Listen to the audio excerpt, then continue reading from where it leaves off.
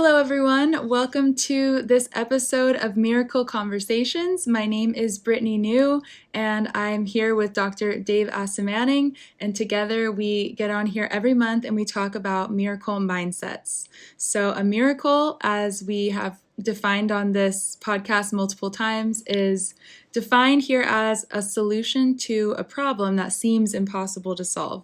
We're not talking about magic or anything like that, just really, really plugged in solutions to problems that you would otherwise be like, what am I going to do about this? So that's what we like to talk about here, with an emphasis on the mindset aspect of it rather than all the little practical things that you can probably get on other podcasts about marketing and this and that. We're into mindset here.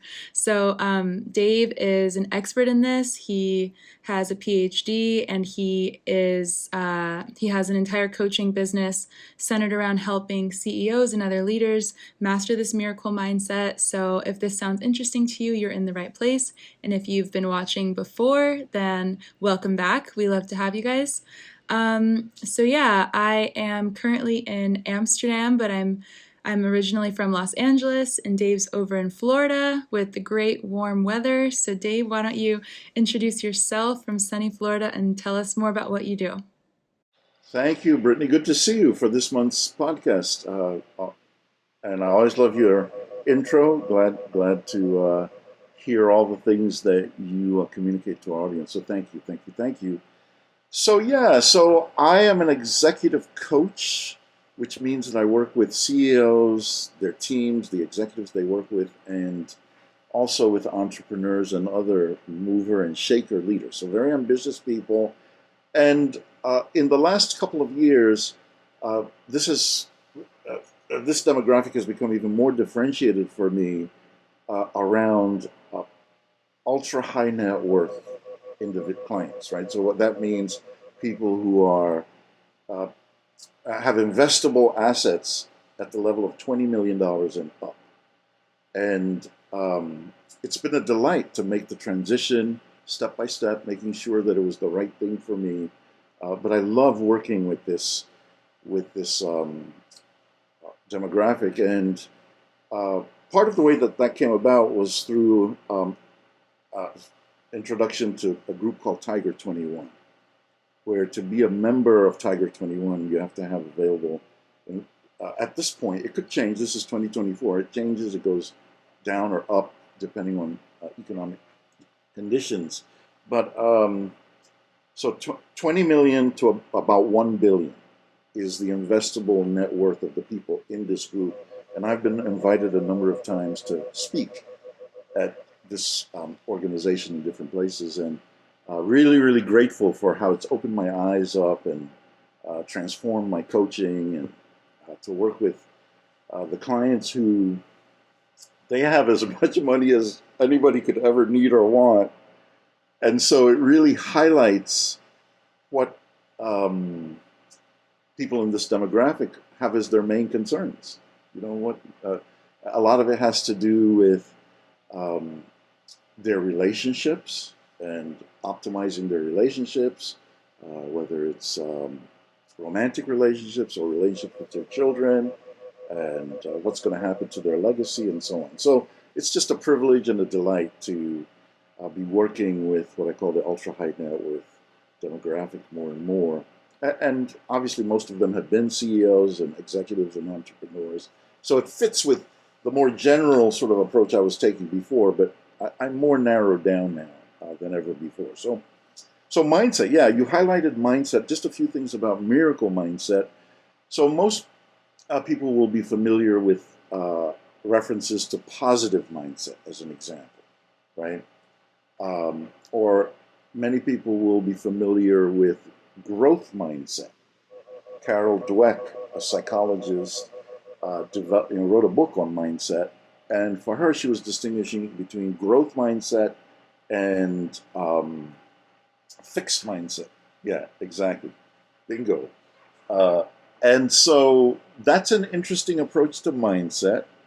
There are other coaches and psychologists and teachers who will talk about millionaire mindset or billionaire mindset. You referenced some of these sort of nuances around the practical approaches. all of these things are very different from miracle mindset. And what we've done and had the opportunity to continue to do from the beginning is really deepen a commitment to miracle mindset per se, and then make what we do a go-to place for the uh, people in the audience who are passionate about miracle mindset, right? So one of the things that distinguishes miracle mindset from all the other types of mindset is that at the root of it, it has to do with an explicit and ongoing commitment to tapping into the divine within about everything all the time, right? So I call that the inner GPS or the inner genius. It's your inner Buddha, your inner Christ, your whatever's the ultimate in whatever part of the sort of spiritual and religious continuum that a person is on, even from atheists all the way to very passionate, committed Christians or whatever it is. Um, it's at the root the same thing that guides miracle mindset. And so we look at how to connect with miracle mindset consistently about everything we do, or how to undo the things that block us from connecting with this source. So that's all part of miracle mindset. And then A Course in Miracles is just a wonderful gift. It's not by any means the only thing that informs the process about miracle mindset, but it is a big part of it, just because it's low-hanging fruit. It's all about miracles. It's 365 daily lessons that one does in a dedicated way. To take a year to finish if one is doing one a day. Can't do more than one a day, but you could do one for more than a day. So you could do one for 2 days, 3 days. It'll take longer, of course, to finish. But it's just such a great resource that fits right in with miracle mindset. But it can be I wouldn't say intellectually demanding, but it has some things that one has to wrestle with conceptually and so on. And so that's sometimes fun to lay up. And we'll do one of those in today's lesson 92, when we get there. It really has to do about thinking about the body in a different way. So that's all some preliminary stuff about mindset and the commitment to mindset. Oh, and one more thing. So at the end of the day, it really boils down to the ongoing use of some very powerful affirmations, like the one in today's lesson. Miracles are seen in light, and light and strength are one. Right? So A Course in Miracles encourages repeating the affirmation for the day in the lesson. And then usually somewhere in the lesson is a call to do some sort of meditation to connect with the inner GPS. All right, so a little bit about miracle mindset there. So want to pivot to a couple of other preliminaries. One of them is that I have been tracking lesson 47, God is the strength in which I trust. It was kind of my anchor affirmation, my personal affirmation for the whole of 2023. I love doing it so much that I'm doing it again for this whole year, 2024. So that's just me. If the idea captures your imagination, you can pick a lesson and live with it for a couple of years. So that's lesson 47. God is the strength in which I trust.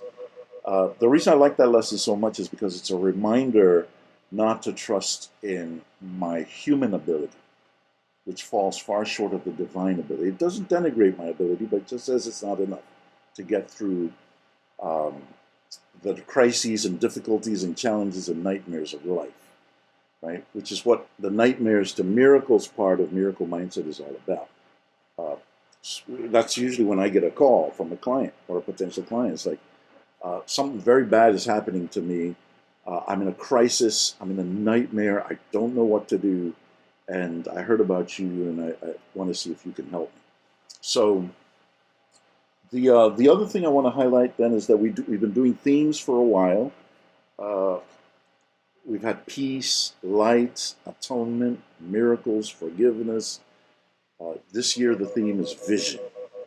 Right? So those are just all some preliminaries. And the final thing I wanted to say before I hand you back the mic for any thoughts on your end, Brittany, is that we have been working for a while together now, and it's been a miracle. I always like to celebrate and hold up and lift up and affirm that our work together has a deep, miraculous quality to it. So, and I tell the story about the fact that when I first reached out to you for professional help, it was around some worksheets that needed a makeover. I was just doing them on Microsoft Word and sending them to clients. And when I saw what you did in response to my cry for help around it, I was like, oh, Lord. I mean, she's just elevated my game there, the look of the brand and so on. And then from there, I checked in with you about some video modules that I needed help with. And you took the video modules and you packaged them with intros and outros and some graphics and just made the whole thing look a lot more professional. Um, and then I was like, okay, who do I find to help me? I need a sidekick on this show, this podcast. I don't think I would enjoy doing it on my own. Who can I reach out to that can help me with the monthly show? And I was like, well, tentatively, cautiously, let me check, see if that's something Brittany would be interested in. And you were available and interested, and you've been helping just with an amazing job of this video. We do get the raw footage from this uh, show we do once a month, and then you polish it into a video podcast, an audio podcast, and a written blog, right? And then you post everything in all the right places. So I'm eternally grateful for all of that because I leverage that to the max. I put it on 9 different social media platforms, and I have people doing that for me. And typically, when somebody's trying to sell me services like social media services and things like that, they'll say, "Oh, I bet you're really tired and exhausted posting all the time." And I'm like, "What? That's not me. I I don't have do put you it. for that. Exactly. I don't. That does not fit for me because I don't. I mean, I don't do it. I mean, it's you know, it's just not my area. I can't do it as well as you can and the other people. So it doesn't quite fit for me. But that's why this is all part of why it's a miracle. It's a time saver. It's an energy saver. It gets done. We put it out. People are gradually over time beginning to respond with gratitude. They're like, "Wow, your show was amazing. It was like I really loved it. It really spoke to me. It was the best one so far." I'm like, "Oh well, thank you."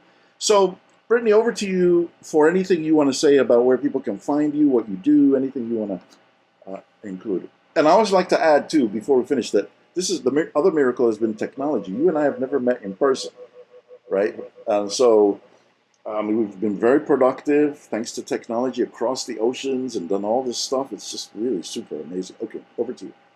Yeah, thanks for that shout out. I'm always very flattered by your appreciation for my work and everything. It's always nice to get positive feedback, of course. And yeah, I couldn't have imagined when we first made contact that we would be doing this consistently every month for years and years. And even today, as I'm saying this, I don't have any knowledge of how long this could go, but it's just been so natural that I wouldn't be surprised if we were still doing this 10 years from now or more. So that's kind of how it's been flowing. And that is kind of an example of how Miracle Mindset turns your needs into just effortless ease and fulfillment in whatever you're trying to accomplish. So I think it's a great testimony for what we're talking about here.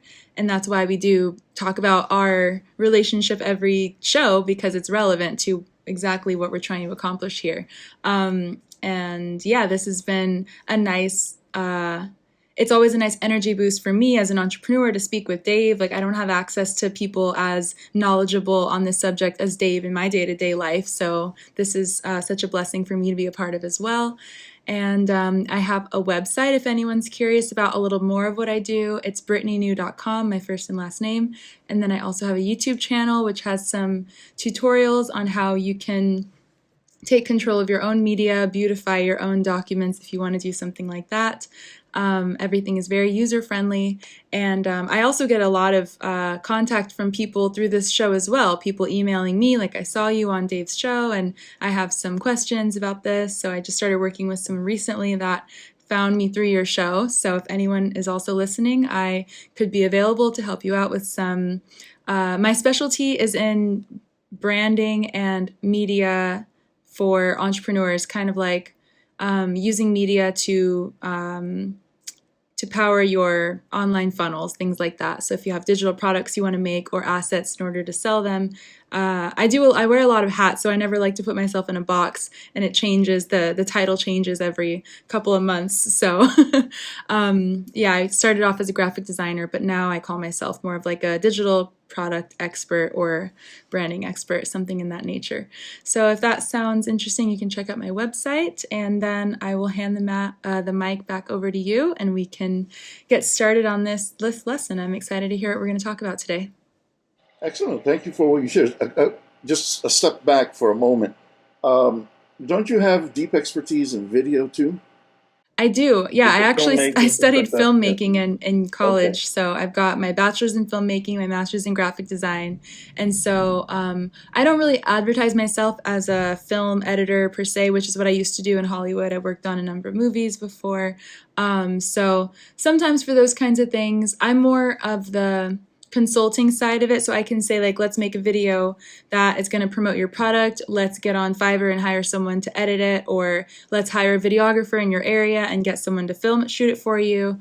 Maybe I can edit it if it's something small or simple. So I'm kind of more of the strategist behind these kinds of things. And then when my hands-on skills would be more valuable than someone else, then I also step in. So yeah. Okay. So I didn't know about the Hollywood projects. That some good. Well, we'll come back to that at some point and explore a little bit more without being a busybody or going where you don't want to go, but Oh, no, just well, checking it's in. kind of Yeah, interesting. Have you ever heard of the movie Sharknado? I have. Yes. It's very famous. So I Yeah. was a part of that franchise. I worked on Okay. Sharknado's 4 and 5. Maybe no, 3, 4, and 5, as well as several documentaries that the same production company made on the hype of the franchise. They were really milking that, as you might imagine. So I got to be a part of it, and the company was really cool to work with. So that's kind of the extent of it. And this company, for the record, they made lots of B movies. The production budgets were really short and speedy. So my IMDb page is stacked with like 10 to 12 films, and I only worked for them for like 2 or 3 years. So Right. it's pretty unusual. But Yeah. yeah, that's pretty much it for Hollywood. Okay. Well, I'll go check out and Sharknado. There might be some miracles in that whole set of stories there. To explore some. I've lived many lives. And then, yeah, absolutely, it's great. I mean, I didn't know this till today, so I'm glad to hear it. Thanks for sharing, and we'll look to see if there's more in there too. So, the other thing I wanted to do is affirm and congratulate you around a client connection through this process. Yeah, Right? I So, hadn't told you yeah, this before the call. yeah, It's a new client, so yeah. I'm happy. We want more of that. We want if you like it and if it's a good fit, that would be just amazing. So, congratulations, and really really happy to hear that. So fantastic. All right. So we're going to the lesson now, and this is lesson 92. And as we were discussing, Brittany, in the prep, just before we got on here, I think it might be helpful to remind our audience that I'm not trying to be exhaustive with everything in a lesson. That just, I think, is an impossible task, number one. And number two, because every time you as a student of Miracle Mindset or A Course in Miracles come back to the lesson, you see and hear new things. Sort of like when you revisit a movie, right? Every time you come back to a movie after a period of not having seen it, you'll see new things, you'll experience new things. So these lessons, with anything in life, are very much like that. So we're not trying to be exhaustive with it. I'm highlighting some things that I think can really add value to a person's miracle mindset, right? And so this is a reflection of what I think is significant, but it leaves out a lot too. So just a kind of a disclaimer that we want to keep studying these lessons over and over again. So here we go. Miracles are seen in light, and light and strength are one. Miracles are seen in light, and light and strength are one. Um, And you and I agreed, Brittany, that we would remind people that we saw these same lessons, lesson 91, miracles are seen in light. We saw that lesson 91 and 92 when we were on the theme last year of miracles, right? So some people who are really paying attention here might say, "Oh, but you did those two lessons in 2023. You're doing them again." Well, the reason being that uh, these lessons touch on miracles, but they also touch on vision, quite significant, right? So we've got the two themes going there. And then there might be actually one extra theme that's some common to them, and touch on that a little bit too. So, okay, so here we go. Um, this lesson is highlighting that the body, the human body, is a limit on strength or divine strength that's in us, but the body is a limit on that strength, right? And it's setting up this. It's a bit of an argument or a kind of a logical sequence of thoughts that uh, is saying that, again, it's not demonizing the body. The body is not evil. If you want the culprit in the human uh, psyche, it's the malicious ego. The malicious ego is evil, but it tends to stimulate us and seduce us into choosing weakness over strength. And the body is the avenue through which it does that, right? So, very early on in this lesson, uh, A Course in Miracles, makes the case that we think that by putting on bits of glasses in front of our eyes, that we're really doing this amazing thing to enhance our vision.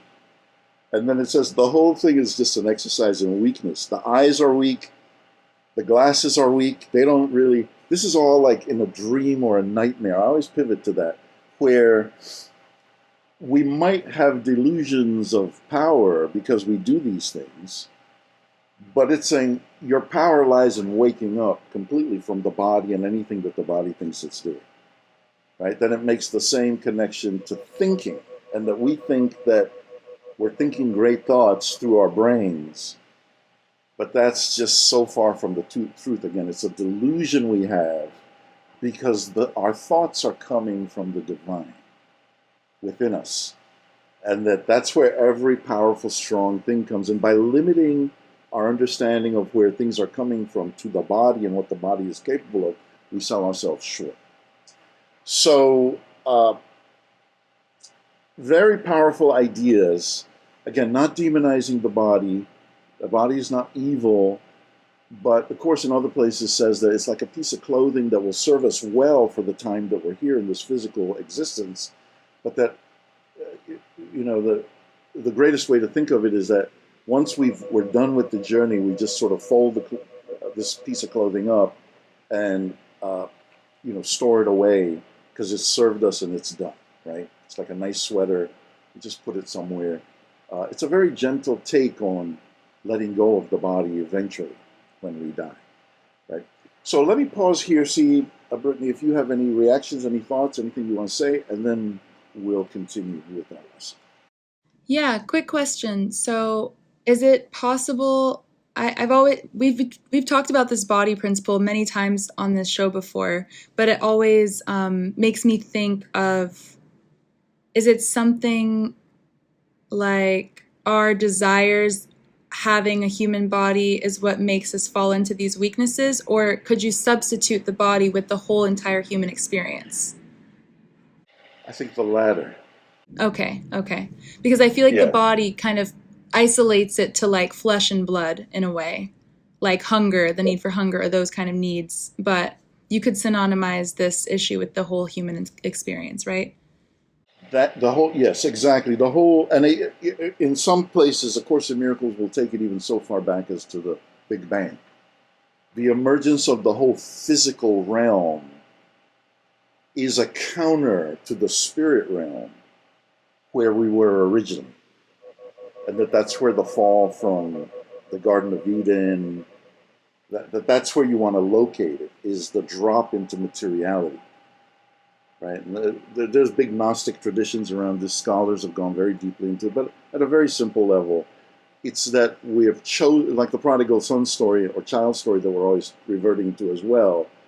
We were living in perfection, and for a series of reasons decided to wander outside of perfection, and then woke up surprised that we were no longer in perfection. And the whole thing about miracle mindset is how to get back to our original perfection. Uh, yeah. So does that make sense? Is that addressing your question? Yeah. Specific addictions are just really obsessive aspects of that: sex, money, drugs, food, fame, whatever it is. Those are just specific instances of really putting the body and its needs on a pedestal. But that's within the whole nightmare of a fall from grace, if you will. Yeah, thanks for great question. Great question. So on that point, I have in my notes here to look at this section, um, uh, and we might get some interesting applications from this. So um, in my notes it says, let me just give me a second here so I can capture this. Okay. Uh, okay. So weakness. I'm looking for weakness in here. Here we go. Uh, uh, it Paragraph 4, I think it is. Uh, yeah, here we go. So in paragraph 4, this dichotomy between strength and weakness and how we're choosing, and uh, you know, around the dichotomy, I think is really, really interesting to me. It stood out to me uh, since I started preparing for this. It says, weakness is an idol falsely worshipped and adored, that strength may be dispelled and darkness rule where God appointed that there should be light, right? So those key words there, that the weakness of the body and all the things that flow from the body, and the separation from our spirit nature, God and the inner GPS and all of that, that this choice for weakness is an idol. In other words, it's a nothing, which is what an idol is, a piece of wood or a piece of stone, and that we're falsely worshiping it and we adore it. And that the motivation for that is because we want to diminish our strength. We're choosing to live in weakness because somehow we've mixed up the true nature of things and we think that there's value in being weak, right? So it's falsely worshiping an idol and adoring an idol. And I'm like, okay, we gotta slow down and talk about that a little bit. So, so in some ways, again, not blaming the victim or any of that, but humans, the whole sort of elaborate process of human suffering is an individual and collective process of worshiping this idol of weakness and pain.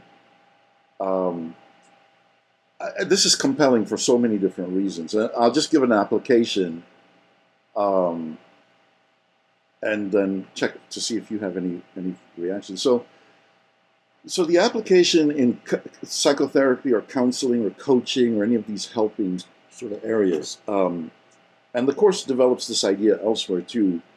The application is that the helper, the healer, the therapist, the coach, or the client on both sides have a willful drive to be weak, subconscious though it might be.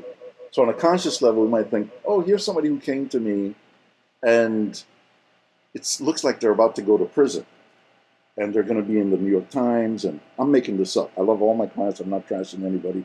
And I'm not violating confidences. But let's say that's what the issue is, that somebody's about to be arrested by the FBI and the whole world is just going to collapse. It's a nightmare, right? And if they are seeking support from nightmares to miracles in the coaching mindset process that I do, then what this is alerting me to is that at a deeper subconscious level, they want the suffering. They're embracing it. They've been worshiping at the temple of the false idol of weakness and suffering. And my job is to make sure that gradually over time, we reverse that, right? Otherwise, everything else we're dealing with is just symptoms. So let me pause here, see if you have any thoughts about any of that, and then we'll be on the way to wrapping up the rest of this for today.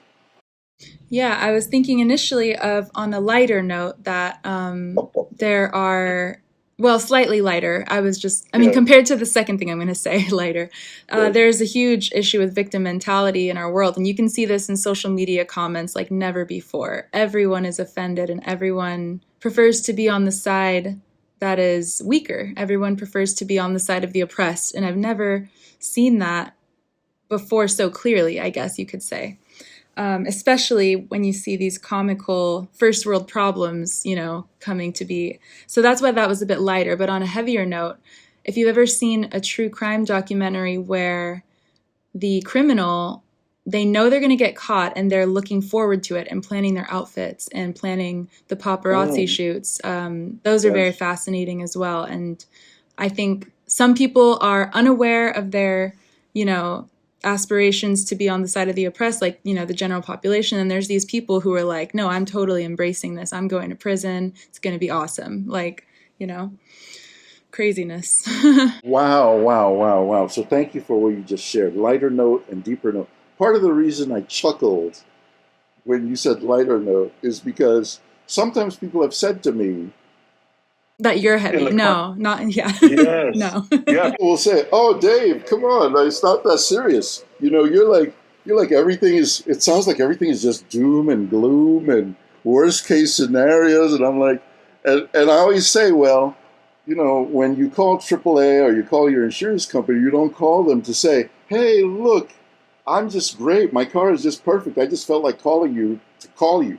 There's a flat tire, the engine's burning, something's happened." So it's like, by definition, that's the business we're in. We're in the nightmare to miracles business. So I chuckled. I was like, oh, she must think I'm really like, but no, it wasn't personal to me. And yeah. So I absolutely love the two levels of what you shared. It's absolutely correct, right? And again, it's not appropriate. We're not bashing victims, right? So if somebody's at death's door because of a carjacking, or somebody was raped and brutalized, or the victim of war, it's beyond my pay grade to say they deserve it or that somehow it's their fault. We're not saying that. We're saying that if you use this model that we're talking about, one can escape from the nightmare faster, which is that collectively and individually we have a certain draw to the morbid, the painful, the weak, and the suffering, in general terms. And if we accept or cop to that, then it makes us pivot to the strength of the divine to kind of tow us out of the ditch. So, so thank you for those two illustrations. Social media, yeah, it's like grievance ridden everywhere. It's like the more grievances, the better. And then this thing about people going to prison, again, with a lot of my alpha clients, I love them all, respect them all. I always say that. But the thing about it is that in there somewhere is the tension between being a messiah, a savior, and being a martyr. Right? Just being a martyr is another dimension of what we're talking about, which is I'm big enough and strong enough and powerful enough to take on the suffering of other people and somehow have it not affect me. That's the seduction of that piece of the pie, right? It's like, yeah, I'm big and strong and tough. I've done amazing things, and I can take it. But that means that eventually you'll end up on a cross, and that's not going to be too pleasant. No. You know, so we try to get underneath all of these things psychologically and practically and spiritually, and so it's these are just applications, right? Where for our audience, you can think about if you are susceptible to any of these things, and then just relinquish them. It's like, so I don't need to be a savior. I don't need to be a martyr. In my own strength, I can rely on the divine strength. Um, so that would be the third sort of thing in here um, that we're looking at, right? Where in the practice, it's 20 minutes twice. One in the morning, 20-minute session in the morning, one 20-minute session in the evening. And the whole purpose of the exercise is to practice connecting with that inner divine strength. which dispels weakness. It dispels wrong choices that will cause suffering and pain. It's like in the prodigal story, coming back home to a place of genuine power.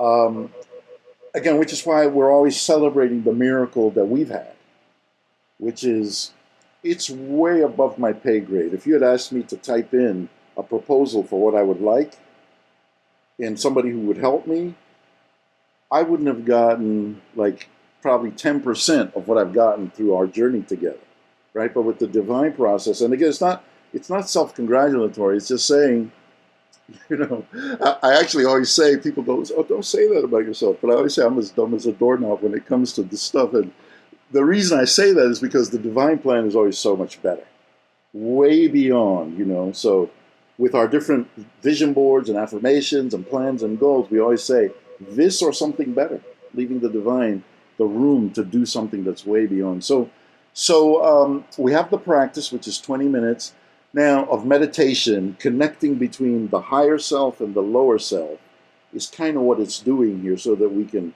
encourage the lower self to really tap into the higher self, the stronger self. And this is a different set of exercises than in 91, where it's still about divine strength, but there it was repeating in the exercise period things like, I am strong, not weak. I am powerful, not powerless. I am divine, not and unlimited, not limited, and just merely human. Right? So it's just learning the language of the dichotomy and leaning towards the language of power. Here it's a long, longer 20-minute meditation. So, well, that kind of brings us up to the place of wrapping up a little bit. I know that you usually have, not putting you too much on the spot here for today, but you'll usually have some additional calls to action. Um, Anything else? Last time we did kind of your lighthouse brand. How do you uh, see yourself as a leader in your business or in your personal life, emanating this divine light that comes from strength that you're plugged into. Um, so, we can just continue with that from my side. But anything on your end that you want to add before we wrap up for today? Yeah, I don't have anything specific to add because this lesson had a very direct application. Sometimes I add in those assignments when they don't have a direct call to action at the end already. So we did get a direct one from this section, but even just in those words that you just listed off, the dichotomy between the lower self and the higher self, if you find yourself in, I guess, like an inconvenience, those of you who are listening, just try to ask yourself, what would the lower self say in this situation, and what would the higher self say? And just kind of notice that. So that could be a little something to think about as you go about your day today or your week. But other than that, I don't really think I have anything else to add. What about you? No, it's great. I love what you just said. It's in the nitty gritty of the everyday process, where we can, as human beings, we can get quickly inflamed by things. I know, for instance, I was going along yesterday, and maybe it was a message. Somebody left me a voice message, and I can't remember the specific situation, but I was just bopping along, feeling like I was cruising in my higher self, and then the communication process was pulling me. I could feel it energetically pulling me, almost like a magnet, into something negative. And I was like, oh, I don't want to go there. So I'm going to really align more deeply with my higher, more powerful self. It was a conscious choice. And within about 5 minutes, I was back there, bopping along and so on. And that's one way of looking at it, is with the episodes through the day, to be vigilant, to keep returning. Again, for me, the way that I um, uh, inoculate myself against the tricks and seductions of the ego is to stay in whatever the lesson is, this lesson, and then God is the strength in which I trust. I do that from the time I wake up to the time I go to sleep every day. God is the strength in which I trust. God is the strength. I just say it as kind of background protection against all the malware. If I were a computer, this would be the thing that is blocking all the different things that try to gain access through the day. God is the strength in which I trust. So yeah, so just building off of what you were saying. That's great. I think on this show, we really try to convey the extreme consequences of what happens when you do ruminate in these bad negative emotions. Like, it destroys your life. And if you find that your life is being destroyed, you have to think back to, like, how long did you hold that grudge? How long were you ruminating on the guy who cut you off on the freeway? Some people really do spend weeks thinking about these little moments. And yeah, I thank God that I've been, not that I'm better than anyone, but at least I've had the privilege of being exposed to the power of mindset from a young age through my parents and through social media. Like, I haven't, knowing about these different vibrations and even the law of attraction, like even little things like thinking, I don't want this to happen. Every time I fall into that trap, that's exactly what happens. It's so funny how like clockwork it is. So yeah, just trying to stay connected with that higher self. And I think we can all practice that every day. So I love that, Brittany. Yeah, I mean, I've been through the nightmare. You were protected from a lot of nightmares, it sounds like, and everybody's been protected from all kinds of nightmares, but I've been through my share of the nightmares because I didn't know how to, express my anger properly, or my frustrations, or my impatience, or so I've gotten myself into many a pickle. To your point, because of that, which is why I'm so passionate about all this stuff, because that's sort of mostly in the rearview mirror. But to your point, I mean, if you get screwed up, and the only thing you can do then is celebrate the nasty bad thing that's about to happen to you. You're on your way to prison or whatever it is, or you're about to die or whatever. I mean, it's like, wow, that's not what we're up to here. We want to have woken up from all of that stuff in health, wealth, love, and enlightenment, as we're always saying. So thank you for all the calls to application and what you're saying. Excellent. all right. Well, I think that wraps up today. And yeah, I look forward to our next meeting. Yeah, me too. Thanks so much for being here and for doing this with me, Brittany, and to our audience members. We love the journey we're on with you. We love every bit of feedback that you share with us. And especially, I'm grateful for the time you take to listen, whether it's here on the audio podcast or on the blog. Just time is such a precious asset we all have. So thank you, thank you, thank you for every little bit of time you spend uh, leaning into miracle mindset here and other places separate from what we do. Really, really appreciate it. So I'll look forward to seeing you next month, Brittany. All right. Bye. Bye.